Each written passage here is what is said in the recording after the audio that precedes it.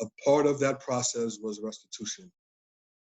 Apology, restitution, but then we also need legislation. Legislation pulls up the roots of white supremacy.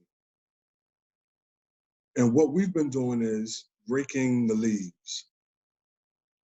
We're raking the leaves when we need to cut down branches and we need to pull up the roots of this problem that we're facing. So that's my time. And having said that, I want to introduce our next speaker. His name is Joel R. Siegel. He is well known, his Juris Doctorate, as well as he's a Chapel Hill graduate, as well as he was a senior legislative director for Congressman John Conyers. And I know I'm probably not giving him the just that he deserves, but you know, sometimes you meet people and you have a kindred spirit. And me and Joel we've only known each other for about a month now, but it seemed like the first day since we've talked every day. And so I want to introduce him now, and he's going to be our next teacher. Thank you, Joel, for joining us. Thank you, Professor Keaton. Welcome, everybody. I'm honored to be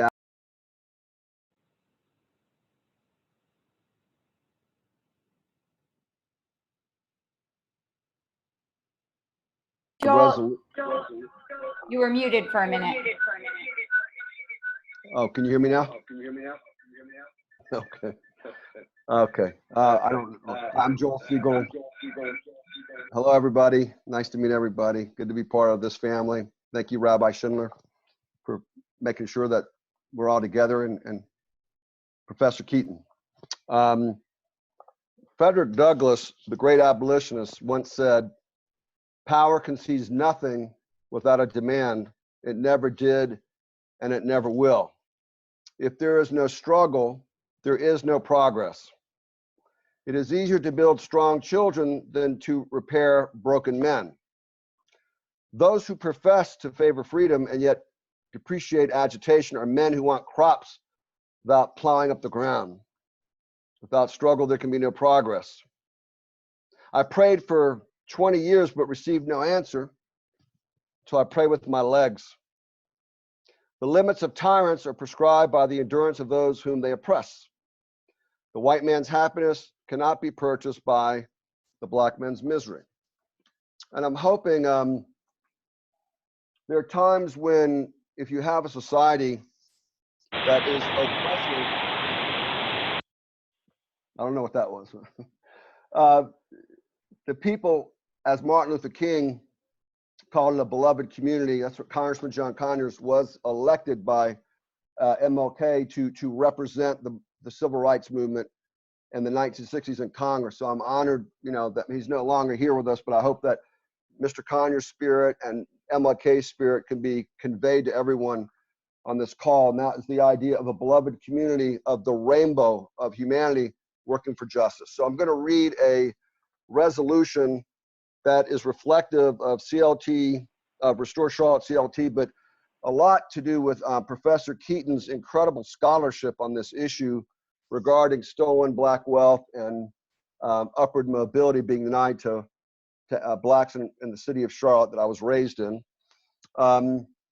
We hope this resolution will be a legislative vehicle that will be used to organize the community to create real on-the-ground power to impact the policies of the city, the county, the Congress, and the state legislature, so there will be measurable results when it comes to upward mobility of black people. And an apology. So I'm going to go ahead and read what we've come up with so far. And hopefully all of you who are listening to this, if you have any ideas how to make it better, that'd be great. I hope everyone listening will also be a part of the advocacy effort to get this passed in front of the city council. We think it's going to be historical. I can tell you that there are other cities across the country waiting on us. So Charlotte Black Upward Mobility and Restorative Justice Resolution. Whereas Charlotte is a tale of two cities, a city of prosperity for some and a city of abject poverty for others. and where upward mobility and the accumulation of wealth in the Black community in Charlotte for centuries was decimated due to slavery, discrimination against free slaves, Reconstruction, Jim Crow segregation, racist hiring, firing, and promotion policies in the workplace, redlining by financial institutions, restrictive covenants, and urban renewal policies that decimated Brooklyn and Second Ward. Whereas COVID-19 pandemic and recent uprisings in response to the death of George Floyd have shined a light on how poverty and health disparities caused by decades of underinvestment and neglect of Charlotte's Black community have resulted in the needless deaths from COVID-19 of scores of African Americans who, largely because of institutional racism, suffer disproportionately high rates of diabetes, high blood pressure, asthma, food insecurity, air pollution impacts, and the trauma caused by living in low-income Black communities. Whereas Charlotte is a leader in economic development in the South, is the headquarters for Bank of America and a hub of the financial services industry, and one of America's most prosperous and affluent cities, yet Black residents have not shared proportionally in rising incomes. And Black children go hungry and homeless every day. Whereas statistics empirically show that deeply rooted structural barriers to upward mobility, such as low-paying jobs, a dysfunctional and racist criminal justice system, dilapidated housing, poor public schools, lack of high quality and affordable preschool and child care, poor access to health care, lack of mentoring and after-school enrichment programs, lack of reliable transportation to and from employment, and emotional trauma have a disproportionate impact on upward mobility and the accumulation of wealth among Black people. And whereas in the post-war years, the thriving Second Ward was populated by Black residents, many owning comfortable homes, forming Charlotte's very own Black Wall Street. And this was what Willie already talked about. So I'm going to go ahead and skip it. Whereas between 1960 and 1967, during urban renewal, Brooklyn was raised in 5 stages during which the community had no say in the plans for their neighborhood. 1,007 families, totally nearly 10,000 residents were displaced to the periphery of the city, and 216 Black businesses and 11 Black churches were closed. Whereas a 2014 study by researchers at Harvard University and UC Berkeley ranked the Charlotte area 50th out of 50 cities for economic mobility, meaning the probability that a child born to the bottom 5th of incomes will rise to the top 5th in her lifetime is just 4.4%. Whereas much needed healing, recovery, transformation, and justice in America will require deep systemic changes in race relations and upward mobility for Black people. Now I'm going to go to what are the demands by the people on the city. The city of Charlotte, in an effort to heal and transform our city, apologizes and acknowledges the tragic past mistake of the city's government support of Charlotte's urban renewal policies in the 1960s that destroyed Black wealth and impeded upward mobility. The city of Charlotte embraces the concept of restitution and restoration for Blacks in Charlotte, adopts the goal of being #1 in upward mobility, and will create a Mecklenburg Investment and Trust for Black mobility, Black upward mobility, as a nonprofit community bank to provide access to capital for Black businesses. The city will also support the regrowth of Black businesses in Second Ward, helping to increase Black upward mobility and wealth. And I want to say, as someone who used to work for the city council for many years and worked in Congress for many years, if a government does not promulgate and put forward a goal that's aspirational, then its policies will reflect that. So Charlotte wants to be #1 in basketball, which is cool. Sorry about that phone. Charlotte wants to be #1 in football. So shouldn't we be #1 in upward mobility? And I've had people say, well, that's unrealistic. That will turn people off. No, it's the right thing to do. It's the moral thing to do. It's going to take some work, but that's the struggle that we must go through. The city of Charlotte will work with Mecklenburg County to create a community-based COVID-19 testing program for all low-income Blacks and implement a zero-tolerance policy for evictions, utility, cable, and water cutoffs during the time of COVID-19 for Black people.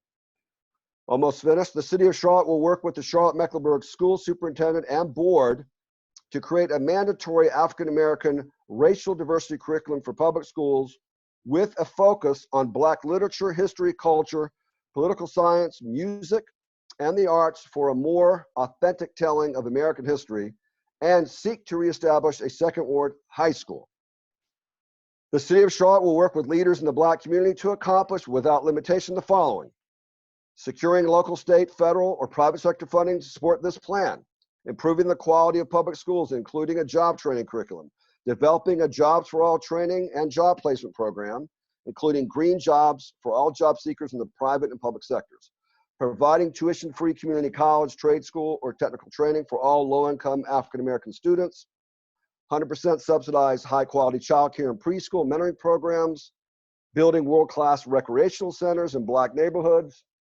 The City of Charlotte will continue to invest in affordable housing to end homelessness, make sure there is transportation, and that housing be placed in high employment corridors with access to transportation. The City of Charlotte will support low cost and accessible mental health programs and healthcare facilities and clinics in low-income Black neighborhoods. The City of Charlotte will advocate for a minimum wage of $50 per hour for all public and private sector employees. And finally, the City of Charlotte will advocate for a justice system that prioritizes restorative justice, eliminates cash bail, funds recidivism reduction programs, passes ban-the-box legislation, provides mass incarceration prevention programs, and expands nonprofit legal aid society offices to provide reduced and or free service to low-income African-American residents. And based on what Professor Keaton said is Restorative Justice CLT held a series of listening sessions in Brooklyn in the second ward, I believe. And this is what came out of those listening sessions. So I hope that everyone who's listening to this call will join us when we go in front of the City Council, and we want to go in front of the County Commission and get this passed. We just did something similar with 100% clean renewable energy goal for the city that got passed unanimously. Look forward to any questions, and thank you for giving me this time to speak. God bless. Thank you, Joel, for that work, and really appreciate all of your hard work in helping to pull the pieces of that together. And again, what I like to say is, during this time, we don't have the luxury to teach without action. And the resolution and gathering people together, that's the actionable part. I love the fact that so many people are coming out to the protest. But what we really need you to come out for is to propose, to support real change and to advocate for real change. And again, that starts with legislation. That's going to start with resolutions. And then our next project that we're beginning to work on is a state bill. So it's going to be the North Carolina state bill for restorative justice. And that will be the next project that we'll be working on. At this time, it gives me great joy to introduce Siobhan and Kirk. They are fellow Presbyterians, and you're going to really enjoy their presentation and the expertise that they bring to the subject of race. Thank you so much, Siobhan and Kirk. The floor is yours. Dr. Keaton, thanks for the invitation, and it is wonderful to be with everyone today. I am the Reverend Siobhan Starling Lewis. I pastor at Meadow Lake Presbyterian Church in Huntersville, North Carolina. I'm trained in the area of anti-racism through the work of Crossroads Anti-Racism Training and community organizing based out of Chicago. And I've also done the IAF training for community organizing and have done community organizing work. And I'm currently on the anti-racism team for the Charlotte Presbytery. And this is my husband, Kirk. Kirk Lewis. I am the co-chair of the Presbytery of Southeast New England's anti-racism team. I also am trained in anti-racism through Crossroads, and I'm currently a student at Union Presbyterian Seminary in Charlotte. Working on my MDiv and on my Master's of Christian Education. And so for us, this conversation around racism is also a faith conversation. And so I ground us in the words of Micah as we look at our point towards the work of dismantling racism and looking at how to dismantle white supremacy culture. So I lift up Micah's words for us today. God has told you, O mortal, what is good and what the Lord requires of you. It is to do justice. That means to actively do it, to love kindness with passion and care, and to walk humbly with our God. So the God of your understanding, the God of our time has called us to this work, and I am grateful that that God walks with us as we do it. What we'd like to lift up to you is a tool that I find really helpful. We were offered about 15 minutes to intro to anti-racism. And one of the tools that I found really, really helpful is an article written by Tima Okon, and it looks at white supremacy culture, which I think I'm going to break apart quickly what those two things in identity are. So culture, we use it all the time, but we don't always think about what that word means. It is all the constructs that help us understand ourselves and others in the world around us. And white supremacy is the belief that by default, white people's ideas, thoughts, and ways of being have more value than people of color. And so the work to dismantle racism in the very tangible ways that we're looking at here in Charlotte requires us to be able to have eyes to see how white supremacy culture is showing up in the individual moment. I'm going to include a link to this actual article that gives more detail that we'll be able to go to in our time together. But I do think hearing these main ideas of what it looks like, because I think we've all had the experience of it popping up in conversation or in spaces where we're leading and we really don't know kind of how to navigate it. And sometimes knowing what you're experiencing in the moment, having a word for it, gives you the power to overcome it and at least move through it in a way. So I'm going to offer, and my husband and I are going to offer the ways white supremacy culture shows up and some antidotes. The first one I'll start us off with is perfectionism. The idea that everything must be right or it has no purpose. Little appreciation is expressed among people for the work that others are doing. Expression of appreciation is usually only directed to those who are already getting all of the attention. Mistakes are seen not just as actions, but they are personally attached to the individual. There's little time or energy or money put toward reflecting and learning from our lessons. Instead, there's a constant pointing to faults and failures that promote a sense of perfectionism within the system at large. Inadequacies and mistakes are not saw as opportunities for learning, but they are offered with a desire to have a personal critique on the individual. In other words, most folks feel like if I don't measure up, if I don't have my words perfectly, if I don't have the technical term, therefore I have no purpose or ability to move and have a voice in the system. And this is one of the ways in which white supremacy culture shuts down the potential of growth and change towards an anti-racist way of being. Some antidotes to perfectionism. Develop a culture of appreciation. This is something that you can work on within yourself, within your home, within your community, within any area of leadership you find yourself. Paying attention to what it is you're expecting, to know that people are going to make mistakes, and to embrace them as opportunities for learning. I oftentimes do this in my church. Whatever it is we're starting new, let's expect to learn a lot, which also means we're going to make mistakes. Offering correction when criticism seems to be taking down the energy of the group. Ask people to be specific on their suggestions on how to do things differently, rather than just offering the criticism. These ways of being opens the heart and allows people to continue to have hope that we're actually in this together versus some few people having all of the control. Another way that we look at white supremacy culture and its insidiousness in our culture is the sense of urgency, the continued sense to we have to do something now, it has to be immediate, and not taking some time to be thoughtful in our decision making and looking at both short term but also what are the long term goals of what we're trying to do. This manifests by quickly sacrificing allies in their gifts because we don't immediately see them. It can result in reinforced funding proposals that promise too much work for people to do for very little compensation. Some antidotes to that is having some realistic work goals, some realistic work plans, leadership that understands that it's going to take longer than we expect. This is a marathon. This is not a sprint. These are institutions that are hundreds and hundreds of years old, and they have survived for hundreds of years. So we cannot have the expectation that they're going to be just toppled over in a few months or a few weeks. The next example of how how white supremacy culture shows up is this overall sense of defensiveness.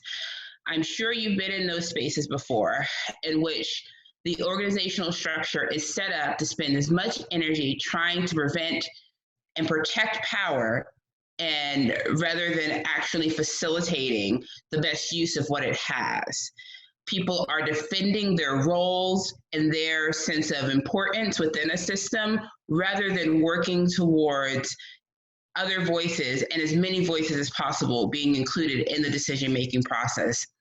We also find, and this will be referenced later, in the defensiveness, people's brains tend to move towards that either or thinking or criticism as ways of deflecting their discomfort in the current moment if there is a desire to move from a white supremacy culture overall.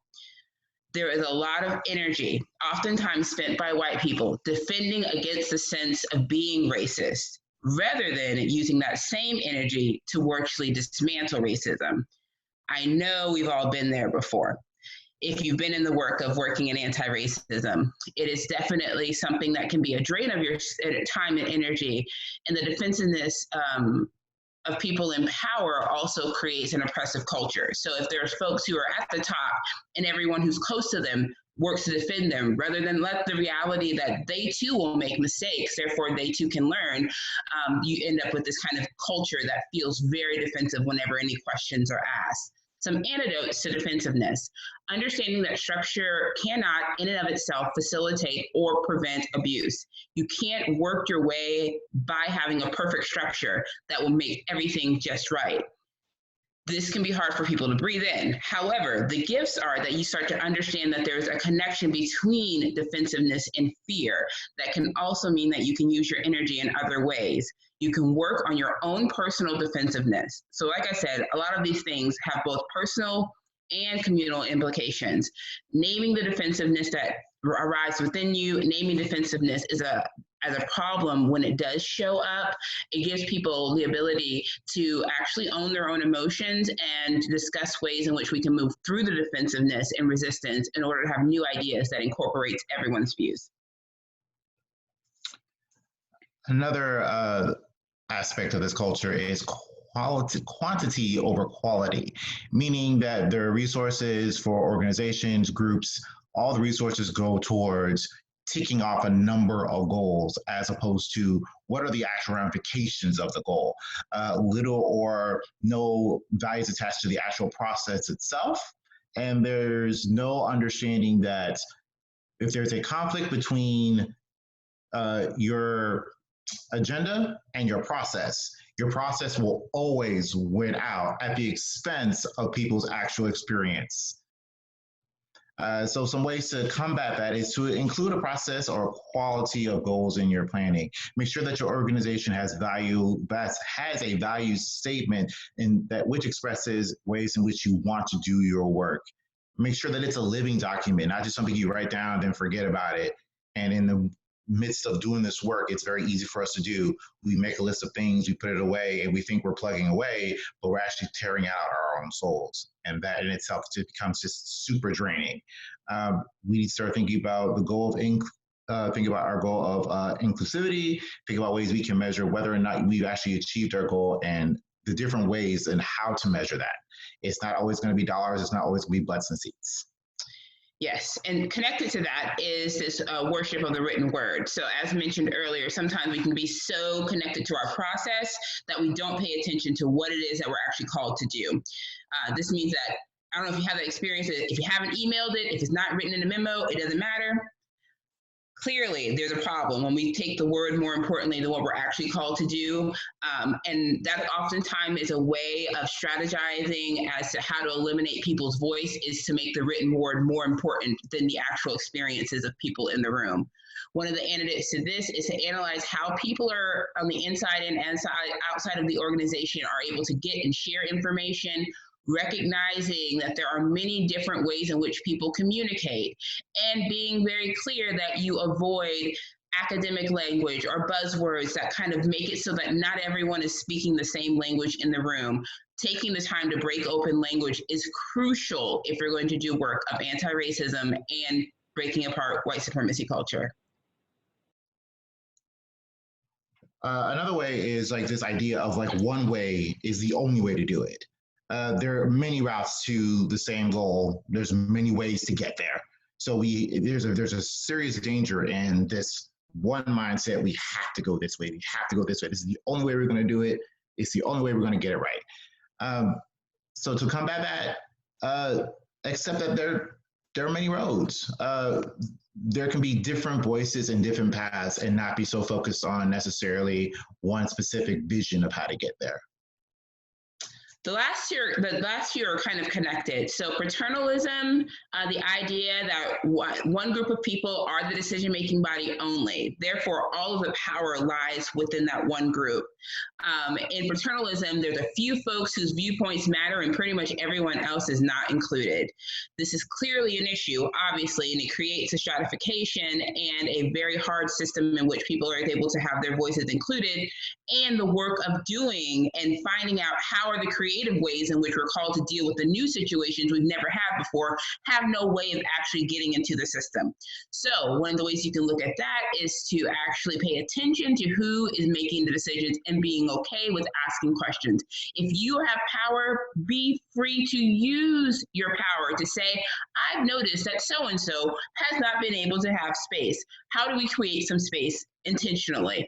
This is also a really good thing to keep in mind, because there are oftentimes brilliant introverts in your community that socially have different ways of understanding their role. And if you want to be able to include as many people, you've got to create space for their voices to be heard. The other is either or thinking. This binary, sometimes called reptilian brain, that happens when we're in the middle of conflict. We start to think that things must be either good or bad, right or left, wrong or up. They're either with us or against us. And that type of binary thinking has its holes, to say the least, and it loses some of the realities of there are creative ways that are sometimes bigger than what we can ever imagine if we're willing to say what our actual goals and intentions and impact are. So being very clear to say what you need, but also to know that there's more ways to it than we could ever imagine, because we are a part of something bigger than ourselves. The next couple also kind of link together. Power hoarding, again, that idea is kind of tied in with paternalism.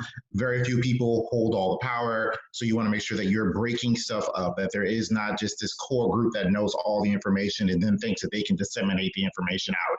The next one is the fear of open conflict. And I know in churches and organizations, especially when we talk about anti-racism work, we don't like to fight amongst each other.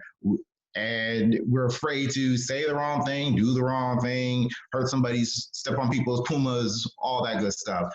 So you need to build your capacity for that. Have some role play where you actually start dealing with some stuff. So you're building that memory, that muscle, that capacity to actually deal with the conflicts that are going to come up because you're dealing with people. Mm-hmm. I think that's important to be aware, particularly if you find yourself in budget spaces or where we've been muted. I think we're muted.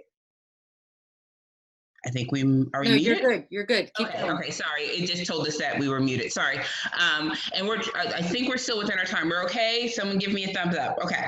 The fear of open conflict, that one I think is really, really important, particularly if you run into spaces in which there's white solidarity or white fragility. That's one of the biggest ways in which that shows up, is that people just don't feel comfortable being honest with their differences, and that's a muscle that has to be exercised.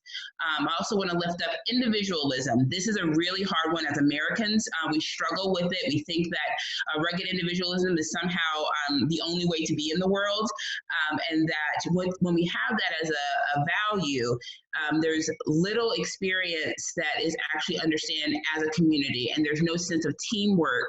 And this also leads to the horribleness of isolation when it comes to feeling like, man, that didn't work out, and now it's all my fault. There's a lack of accountability when there's individualism. If you don't love the word accountability, it is probably because you've had it experienced the wrong way. Accountability is a huge gift of being in community. In real community, you search for people to tell you, yeah, that seems like you're being congruent, or no, that doesn't seem like you're moving in the direction of what you say your impact is. And individualism makes that so easy. Antidotes are clearly engage with teamwork, find your people, and know that you're not in this work alone. And the more you isolate yourself, the less likely you're actually going to be able to dismantle racism. The next one that's kind of connected to this one too is I'm the only one that I have to do it. Yep. Nobody else can get this right. I have to be the one to do this. You don't delegate. There is no working with others. There is not that sense of community, that teamwork, because you think you can do it by yourself. So you want to work on delegation, evaluating people's strengths and weaknesses, and then uplifting those and putting them in positions, working with each other to find those strengths and weaknesses and amplify your goals. And this is oftentimes the gift of community organizing, is that there's a value of the one-on-one, there's a value of learning what people's gifts are, and it's a value of being communal. The idea that progress always means bigger and better is another example of how white supremacy culture can get in the midst of the work of doing anti-racism and work of justice. Sometimes we can think if we have the biggest financial impact that it must be the best, and sometimes that's just not true. Power comes in both forms, in many forms, including money and people. So looking at the impact of how things are affecting people on the ground is really, really crucial. That somehow if you have a bigger staff or more people that it's best, and clearly it's not true. And some ways in which we can antidote that is to actually have a more narrative way of looking at the work that we're doing, sharing the story, looking beyond just cost benefit financially, but to add to the cost benefit when it comes to relationality as well. And then objectivity, believing that somehow you are special enough to have an objective view when nobody else can. We all know that temptation. I can see this objectively. No, you can't. Everyone is biased. Everyone has their own life experiences. And the antidote to this is to just be honest. Be honest that you have a worldview. Be honest that other people has a worldview, and to find that there's a power in holding space for all of those. And we're down to the last one. The last one is the right to comfort, the belief that people, your logic is more important than people's actual feeling, their actual emotions, what they're actually going through in the moment. It's scapegoating to those who cause discomfort. It is equating individual acts of unfairness against people in systemic ways. Yeah. So the way to start thinking about how to go against that is understand that discomfort is the root of growing. Like, this is going to hurt. Nobody comes out of this unscathed. Everybody's hurt in this conversation. Everyone's going to have some pain for us to grow. And you have to welcome that. Open up your eyes to different sides of the spectrum, different ways of looking at things, and don't take everything so personally. Like, some things just are, and we are trying to work on those things, even though they do affect us individually. Yeah, understanding that systems are systems. I kind of equate that last one to a really good stretch. If you've ever done yoga, there is a point where it kind of feels uncomfortable, but it's exactly what you need to be doing, or trying to remember to drink as much water as possible. It's more than you really want to drink, but you still need to do it because it's what's good for you. You don't have a right to comfort just because you think that you do. Sometimes the growth that you need to do requires you to be uncomfortable. And that's our presentation. Wow, that was tremendous. You guys packed about 3 hours into 15 minutes in machine gun style. It was wonderful. Thank you for the opportunity. I like what you talked about, this idea of isolation. Yeah. And you know, being intentional and finding people that are isolated among us, who feel isolated. Yeah. And that when you said that you know, that hit home, and I'm glad that you pointed that out, because, you know, power can make people feel isolated. Absolutely. Right. So And, that's a great point. particularly when the ways in which power has been understood as either a power over or a power under people rather than a power with. And Yeah. so, and that's one of the ways in which white supremacy culture does. It says that somebody must be at the top. It works for your mind to believe that the whole world will fail to exist if somebody isn't dominating someone else. And it's a lie. It's a lie. Completely a lie. It's a lie. It's a lie. But we've all internalized it. The community is always, Yeah. I mean, this is, Ella Baker says this. Strong people don't need strong leaders. Yeah. She's one of our superstars. She's one of the people we come to. Say it one more time. Strong people don't need strong leaders. And so if people are strong and they actually believe they can use their voice to impact their world, they don't need people dominating on top of them. They just need to be able to have that freedom lived into. And that when you believe in freedom, you don't rest. There's also something within you that calls you to keep going. So yeah, there's not this idea of head, of having to be ahead. Mm-mm. It is we can actually share it. We can share. Yeah. We can, it's kindergarten all over again. We can actually share. Yeah, we have that's 3-year-olds, so we're always learning this. So that's a great point, the idea of, you know, sharing and equity. And so for everybody else, I just want to say this last thing. If you are interested in racism audits for your organization, that was something that Pastor Siobhan and Kirk also introduced me to, and I think, and we'll keep supporting you in that and promoting you in that, and hopefully some of the organizations here in Charlotte can bring you guys in to do racism audits to kind of get, because that's what it's going to take. We're going to have to get in the weeds. Yeah, and really be honest with ourselves to know, like, I mean, we're not where we're at, but there's hope in that. Just being, it's like the difference between not going to a therapist and going. Like, you could be afraid of walking in that door, or not going to a 12-step meeting and going. Right. Like, you could be afraid to enter the threshold, or you can find the healing that's possible. Or you can have someone walk with you. I do this for my, like, people who are newly aware of their addictions. I will walk with them into their first 12-step meeting, because that space can be scary. And knowing that communal-wise, we can do that with and for each other. We can walk into those thresholds. Yes, beautiful. Okay. Thank you so much for the opportunity. No problem. We're gonna talk some more. Next up, we have the distinguished author Pamela Grundy, and I've worked with Pamela before. She's done some presentations at a church partnership in Central Steel Creek in Mount Olive Presbyterian Church, and she came to us and we had a wonderful time. And she's going to talk to us now for the next 15 minutes. Thank you, Dr. Grundy. Appreciate it. Well, it's wonderful to be here. What a great group of people. What a fabulous presentation. Thanks so much, Kirk and Siobhan. You touched on lots of stuff. I'm looking forward to going and reading the article. It's interesting, you said that they covered 3 hours and 15 minutes. I'm going to cover about 100 years in 15 minutes. So I'm going to have to hit the highlights. But I hope that understanding a little bit more about the story of particularly Brooklyn and what happened to Brooklyn will be helpful in pushing forward with this movement to really bring out an apology and for reparations. So Brooklyn originally got started after the Civil War. Charlotte was in 4 wards, 1st, 2nd, 3rd, and 4th. And in those years after the Civil War, African Americans made remarkable progress, particularly from sort of the mid-1870s into the mid-1890s. Of course, Biddle Institute, which became Johnson C. Smith, was established. Churches were established.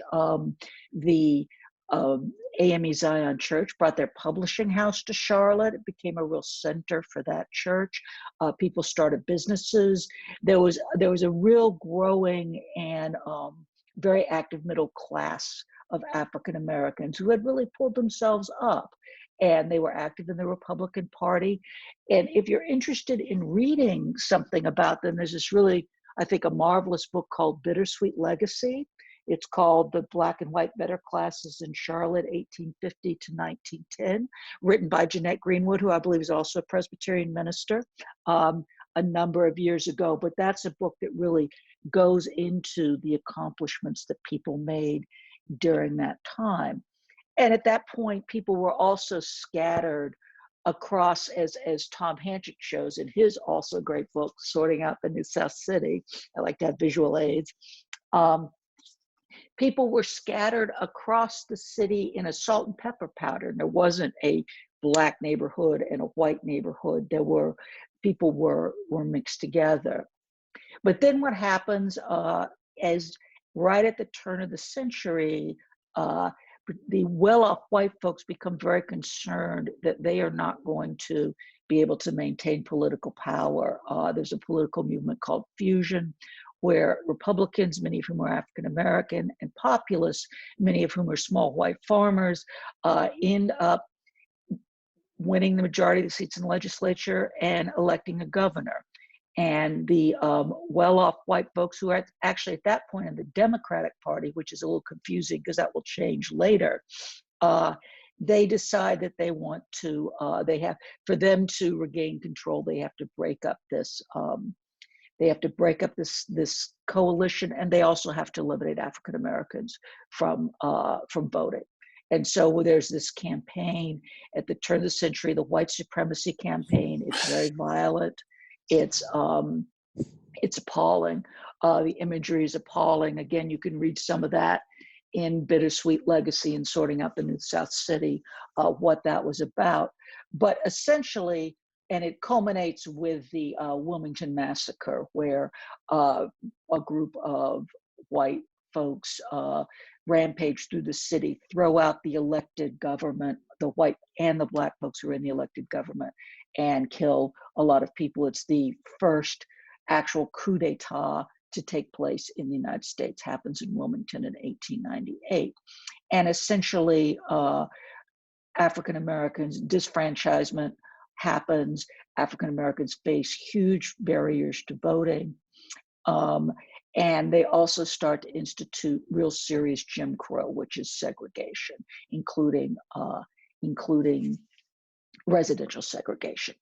So at the beginning of the century, things are really different, and it's a pretty dark period for African Americans. They've lost a lot of things that they had worked so hard for after the war. So what happens in Charlotte is, as segregation starts to take hold, Second Ward becomes the area that's sort of seen as the Black community. That's where African Americans can rent houses, can buy houses, can start businesses. As usual, it's sort of the lowest and swampiest part of downtown, which is why it's designated as the African American part. It's the least desirable part, although it ends up having, as Reverend Keaton said, a lot of well-off people and some fine businesses there, because that's where you go. And they call it Brooklyn because just as this is getting started, Brooklyn is kind of the up and coming new borough of New York, next to Manhattan. And the people in Brooklyn are calling Brooklyn the second city. And they have this, very we're doing great, we're doing our own thing. And so that gets taken for Second Ward. They also do sometimes call themselves the second city. And then Brooklyn is this name that sticks. It's a name that's really about moving forward and making life better, because although the situation is much tougher, people are still working within their community to build up businesses, to build up churches, to build up people. And that really becomes a place where people feel safe. That's a Black part of town. And I've had people talk to me about, you would go into Second Ward and you would relax. Brooklyn, that was a place you could just be your full self. And the height of that, or the part of the great coup in Second Ward, is when they get Second Ward High School open in 1923, which is the first high school for African Americans. So you have this, this terrible program, this terrible pushing out of society, but then a building back up again. And to some degree with some help from whites, simply because Charlotte can't operate without African Americans. And if everyone were to get up and leave and go north, they would be up a creek, the white folks. And so they're willing to make some concessions. Let there be some people in power. Let there be a high school, things so that still keeping a second-class citizenship, but keeping it from being so bad that everybody just picks up and leaves. So that's something that's very important that happens. But it's really tough. Brooklyn faces a big challenge, particularly in terms of investment. You have some well-off professionals. A lot of people, though, are very poor. Blacks cannot get the better jobs. They are not paid very well. So you have a lot of slumlords. You have a lot of rental housing in Brooklyn, right next to some of these beautiful homes that some of the ministers, barbers, business people have built. And as we learned related to redlining, once there becomes this new program where the federal government will guarantee home loans, you can't get any of that money for Brooklyn. None of that money goes to African American communities, particularly older ones. So there's no way to get loans to build houses, loans to fix up houses, the way that is happening in the sort of booming, and we're going to move now through into sort of post-World War II period, when there's just booming business and booming housing building across Charlotte, mostly from whites, mostly backed by these federal loans. Now, there is a little bit of money available in the African American community, but which is a little unusual. There's how that works in Charlotte, but what little there is goes to the west side. It goes to build University Park around the new West Charlotte High School storage depth. So there is a little money going on the west side, which has kind of become the up and coming, better off part of Black Charlotte, but nothing like what is being invested into white communities and white families. So Brooklyn becomes dilapidated to a degree, partly because of slumlords and partly because there's no there's no way for people to get money to fix things up. So you have, again, in addition to still some lovely places and lovely churches, a lot of dilapidation. It's a tough place. And that's when we get to urban renewal. The federal government wasn't willing to spend money to fix Brooklyn up, but it had money to tear it down. Federal urban renewal is a federal program available all across the country for slum clearance. And essentially the federal government will give city leaders, all of whom are white, money to tear down what are called slum areas in the centers of the cities. And this money is used all over the country. And basically what the city leaders target African-American communities, old African-American communities that are at the center of towns. And the idea that they have is they're going to clear out all these old homes and all these Black folks, and they're going to build something new and shiny and exciting in their place, which will help the city grow and make it better. That's the idea. And what happens is then that's when Brooklyn gets razed with the federal government money. The homes are torn down. And what's really important about that, I think, is that yes, there's a certain amount of wealth that is lost from the homes and the businesses, but people who didn't have a lot of wealth in Brooklyn, they didn't have a lot of financial wealth, they had social wealth. They had connections. They had a community. I mean, that was very powerful. If you don't have money, you need a community to help you out. And so people who didn't have money had that tight community. And when Brooklyn is torn down, that gets just wiped away. And it's very difficult for people, particularly because essentially it gets torn down and supposedly people are going to get better places to live, but somehow that part doesn't happen. You know, there's no new places built. People are essentially turned loose on their own to try to figure something out in this new situation, which everything has become chaotic. And I think this is a very important book that talks about the depth of that. It's called Root Shock. I don't know if anybody has read this, but this is about, it's basically called How Tearing Up City Neighborhoods Hurts America and What We Can Do About It. And Mindy Thompson Full of Love argues that it's really, you can trace many of the challenges that African American communities face now to urban renewal. And she calls it root shock. If you pull a plant up by the roots, you can't just stick it back in the ground somewhere else and expect it to do just as well. It's a traumatic process, and a lot of work needs to go into making that plant fit in this new place. And of course, that didn't happen for the people of Brooklyn. They were sort of turned loose. There was blockbusting. There was a lot of exploitation. And through that actually ends up destabilizing to some degree a lot of other communities, such as on the side of West Charlotte. And so the effect is actually much broader than just having buildings torn down and losing money. And I think that's quite important. The other thing that happens with urban renewal, of course, is they also build highways, and that tears up other communities. Those highways that are built at the same time with federal money tear up the West Side. West Charlotte ends up with highways. West Charlotte High School is in this little tiny triangle of 3 big highways. So there's this tremendous tearing up, and it's very difficult for people to build back even what they had. The social fabric gets ripped apart, and for many African Americans, there's some African Americans who do quite well in the new situation. They have access to better jobs, they have access to other things. But if you're not out of poverty by 1975, you're not getting out. I mean, there's very little opportunity, and so you have people whose social capital has been destroyed and who really don't have access to any kind of financial capital to try to make up for that. And so you just end up with the challenges that we see today just across the board.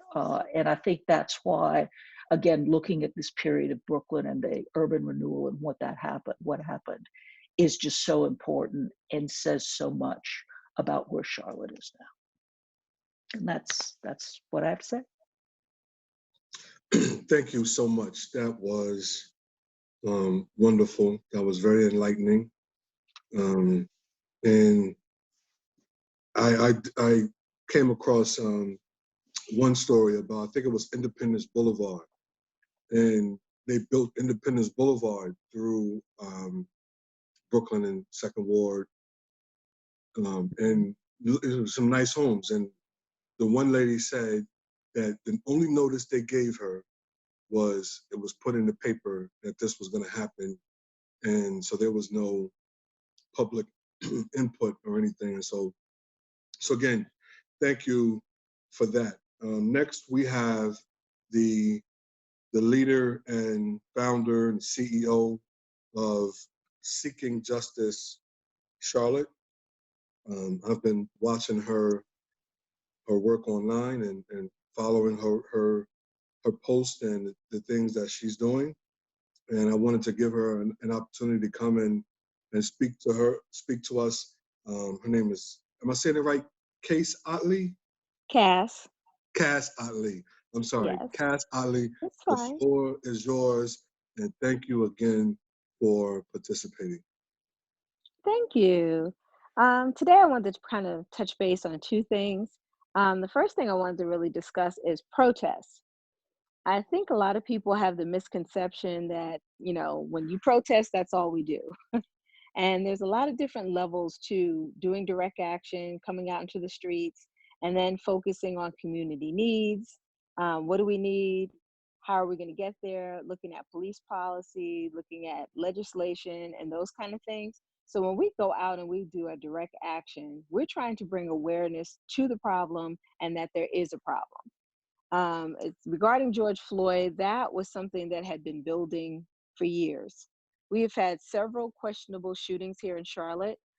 We can go back to Michael Laney on Beatties Ford Road. We can talk about, Jonathan Farrell, We can talk about Denquarius Franklin. So we had some really questionable shootings here where we felt like justice was not served.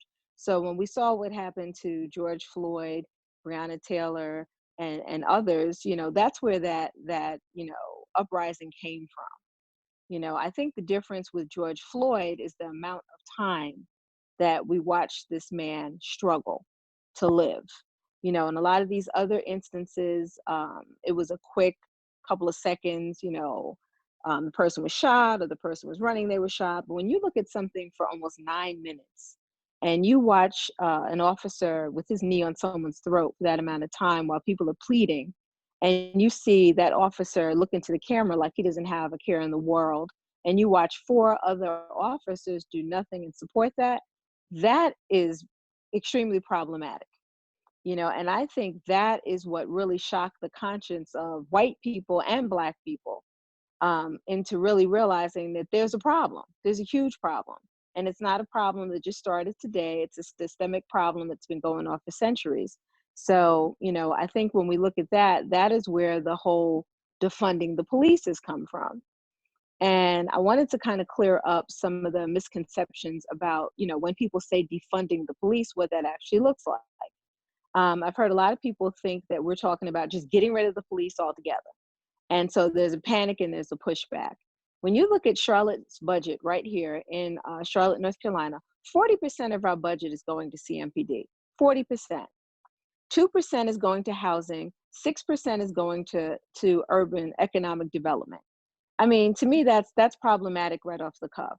I'm sure everyone has experienced all the homelessness. We have tons of people on the street that are homeless. We have a huge lack of affordable housing, and yet we're giving 40% of the budget to CMPD. So when we talk about defunding the police, we're talking about reallocation of funds. And to kind of piggyback on what Joel Siegel was saying, we're looking at taking money from the police department and reallocating it back into some of the programs that he was talking about, of building affordable housing, after school programs, job development, just economic development on the underserved areas in Charlotte. And in turn, that would help as far as the crime, because we know that, it's not that Black people just like killing Black people. It's the circumstances in which, we're forced to live and try to survive. So the whole reallocation of funds would in turn get rid of a lot of that. Also putting some of that money into social work.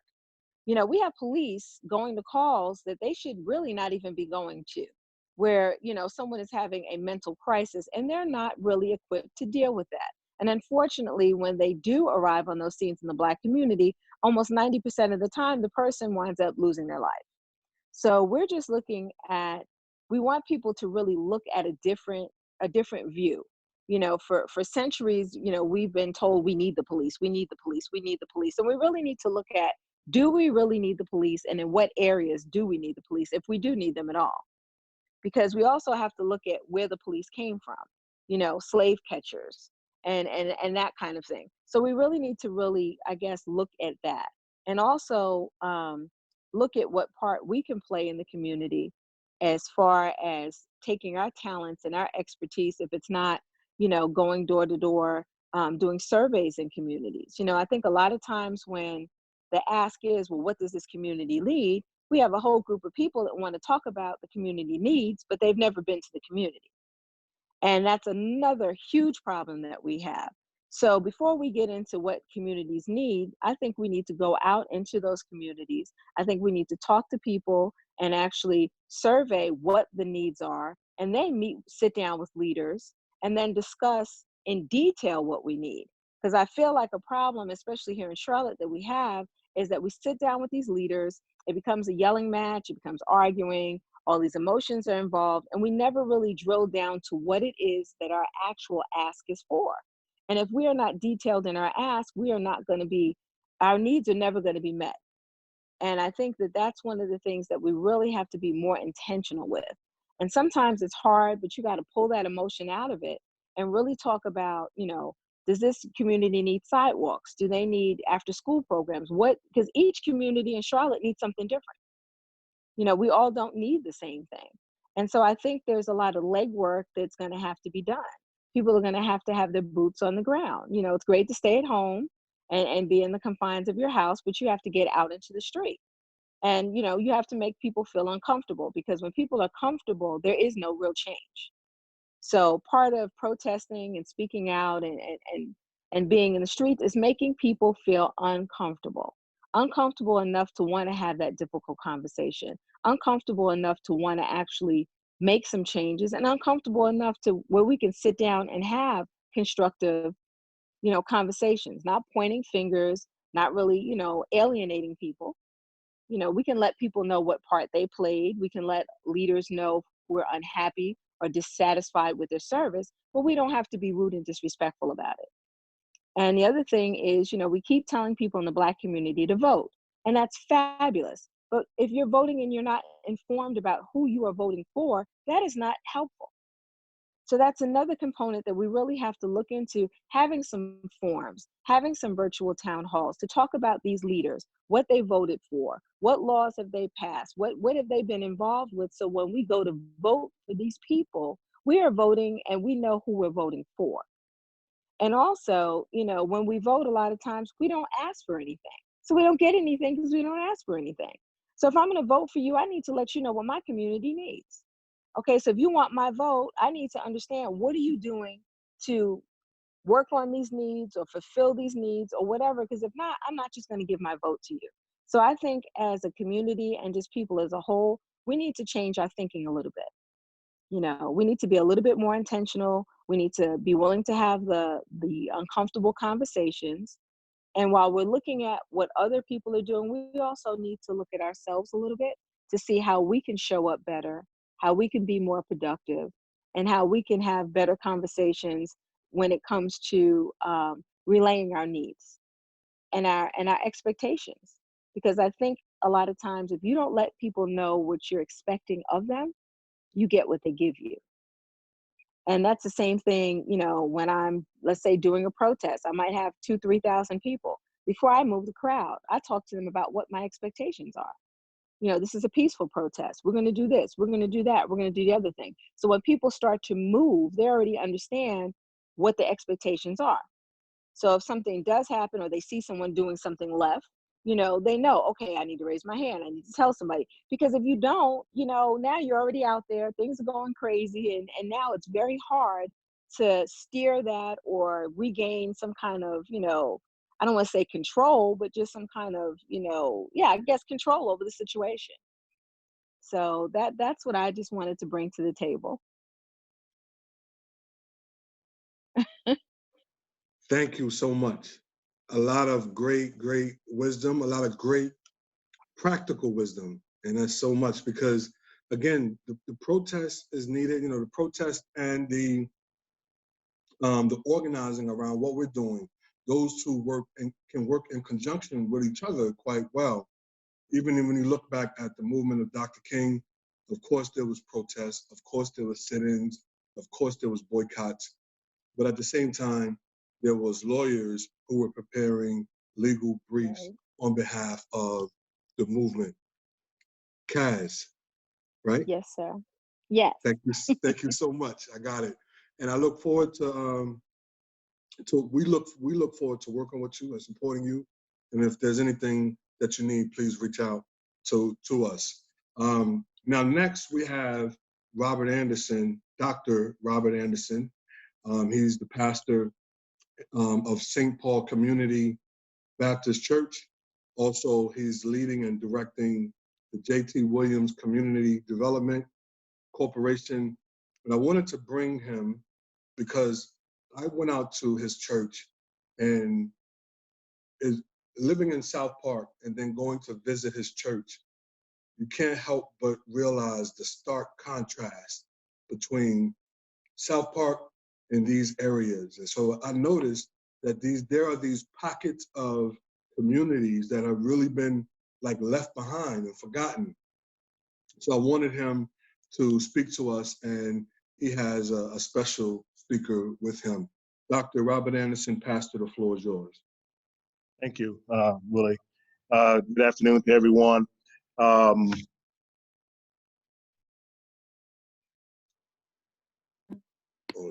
Can you hear me?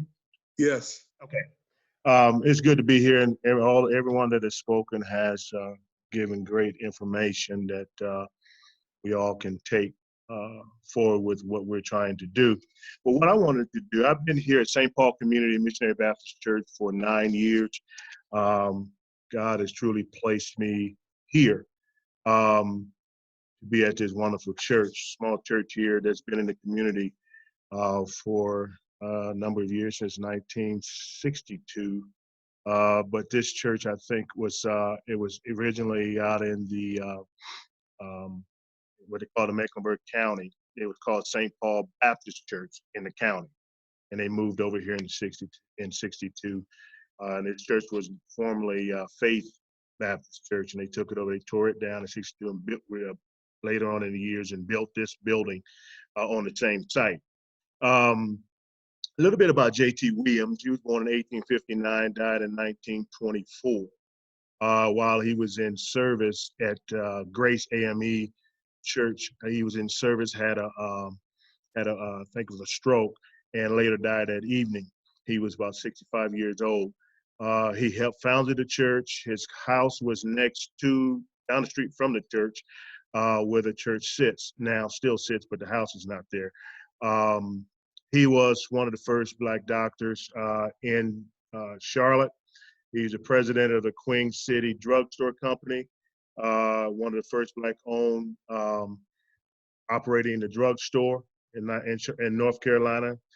He was appointed as counsel of Sierra Leone by, I think, President McKinley. So this community has some history, and we're just trying to do it better. We have so many different ownerships in this community. It's changed since I've been here. The school is now a Montessori school that a lot of the members here have went to when it was J.T. Williams under the school system without a Montessori. So a lot of them know a little of the history here about the school, but the community itself. Oddly, I have one of my mothers of the church who lives in this community, Sister Annie Ingram, who lived here. She's going to tell you how J.T. Williams actually became the name of this community.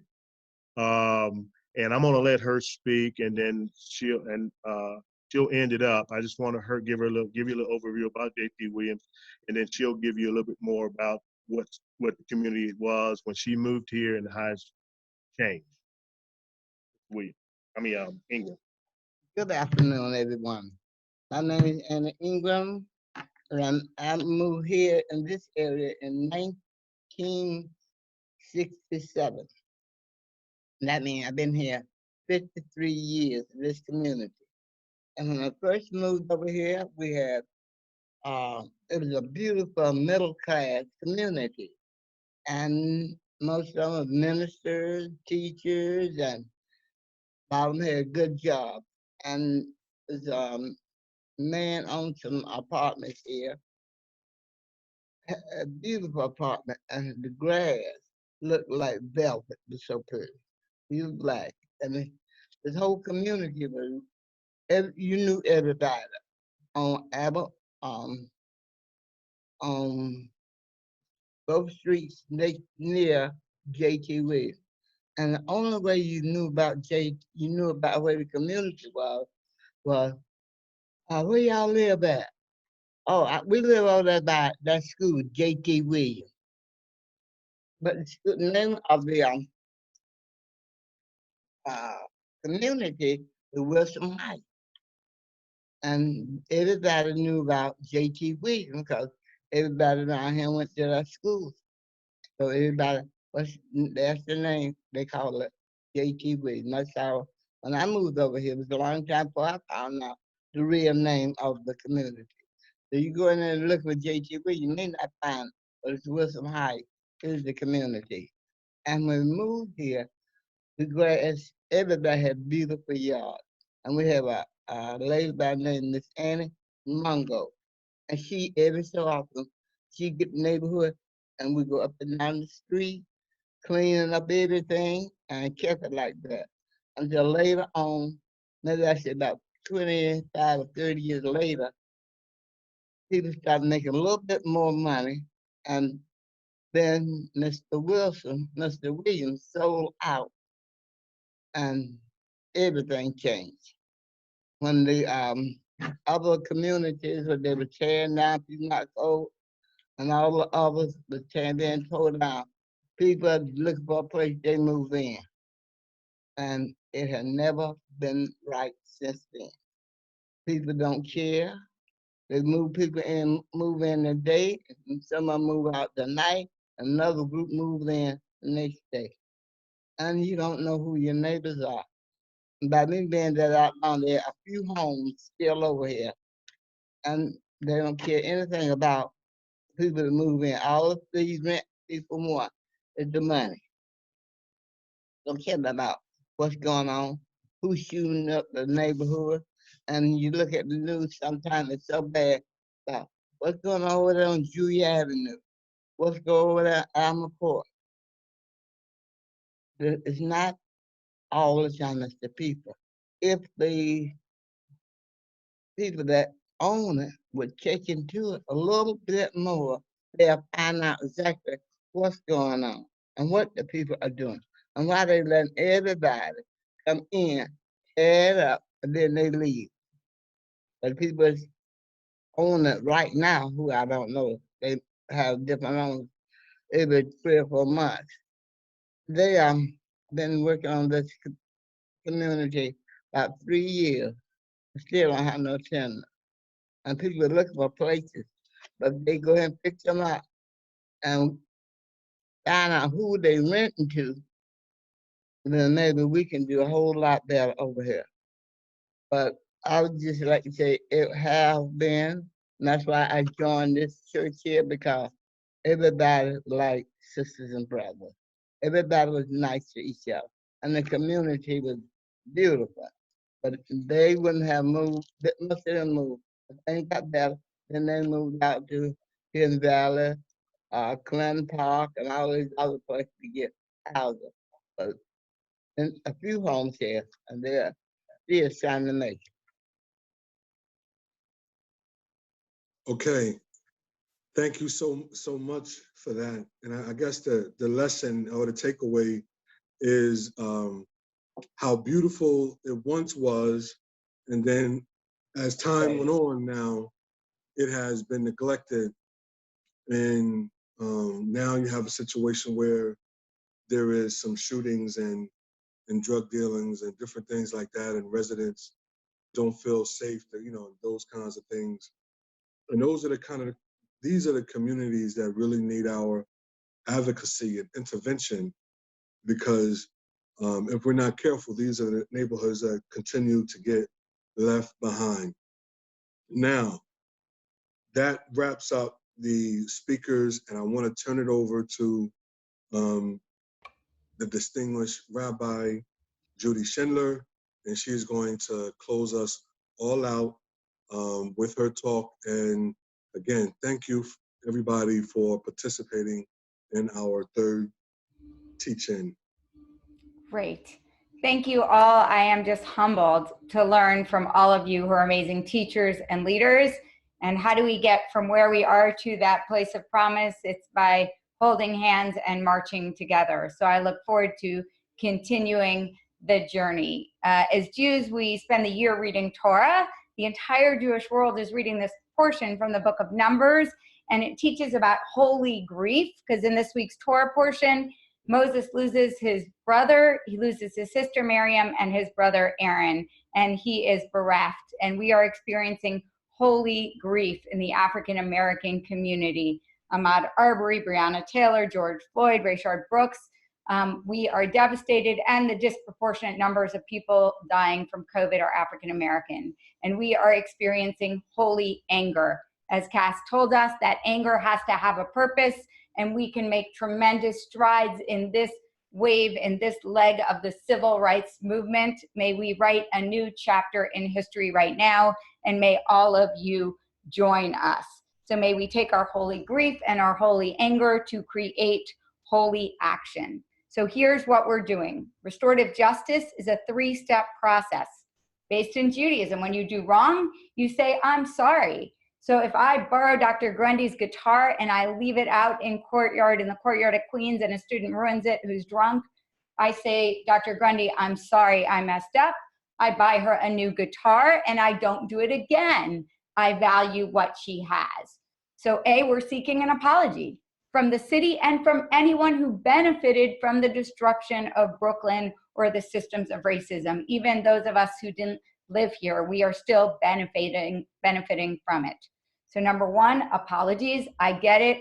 I did wrong. I'm going to support restorative justice.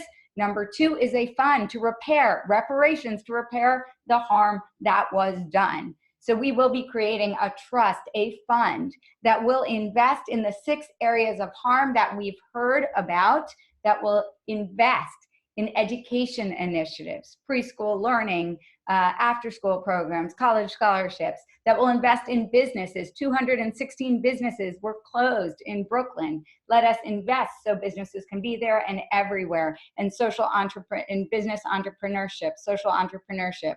The next area is faith community. 10 Black churches were closed in the 60s in the midst of that civil rights era. We need to invest in Black churches that can hardly afford to pay their pastors. Trauma and mental health. We recognize the cycles of trauma that lead to the struggles we have today. Land, home ownership. We want to increase Black ownership of homes and certainly increase affordable housing. And criminal justice. What did we build in Brooklyn? A courthouse and a jail. So this fund is aimed, my goal, $100 million. We're starting with a $20 million goal, right? Run by the Black community, for the Black community, to accelerate upward mobility. So when we do a wrong, we apologize, we acknowledge, we tell the truth about the wrongdoing. Number two, we do reparations, restorative justice. We're asking people, those who benefited, to give perhaps $60 for 60 years since the destruction of Brooklyn. $90 for the 90 years since redlining, $400 for the 400 years of slavery. This fund will go into Restorative Justice Charlotte to build an expansive fund, God willing, $100 million, which is hardly a drop in the bucket of the restoration and reparations that are needed. But I see personal reparations as needed, business, civic, religious, and structural change. So the third step is systemic change. How do we change systems so we're not constantly uprooting and dismantling communities and having progress for some on the backs of others? So that is what we're doing. How can you continue the journey? A, give us feedback. So please write us. You can write us at RestorativeJusticeCLT.org. You can write us at info@greensponcenter.org. If you have ideas, we welcome them. Join us in this work. Have us bring a teach-in to your church, to your organization, to your neighborhood. If you have benefited and recognize the wrong you've done, please consider writing a statement. I get it. We did wrong. This is what we need to do right. And if you could contribute to this cause, it would help this work to move forward, this critical work. So that is it. It is 1:29. Our program ends right now. But thank you, thank you, thank you. All of you who presented were inspiring and really moved us. So if they moved you, please join this movement so that we can write an amazing chapter on the history of racial justice in Charlotte. Thank you. Thank you.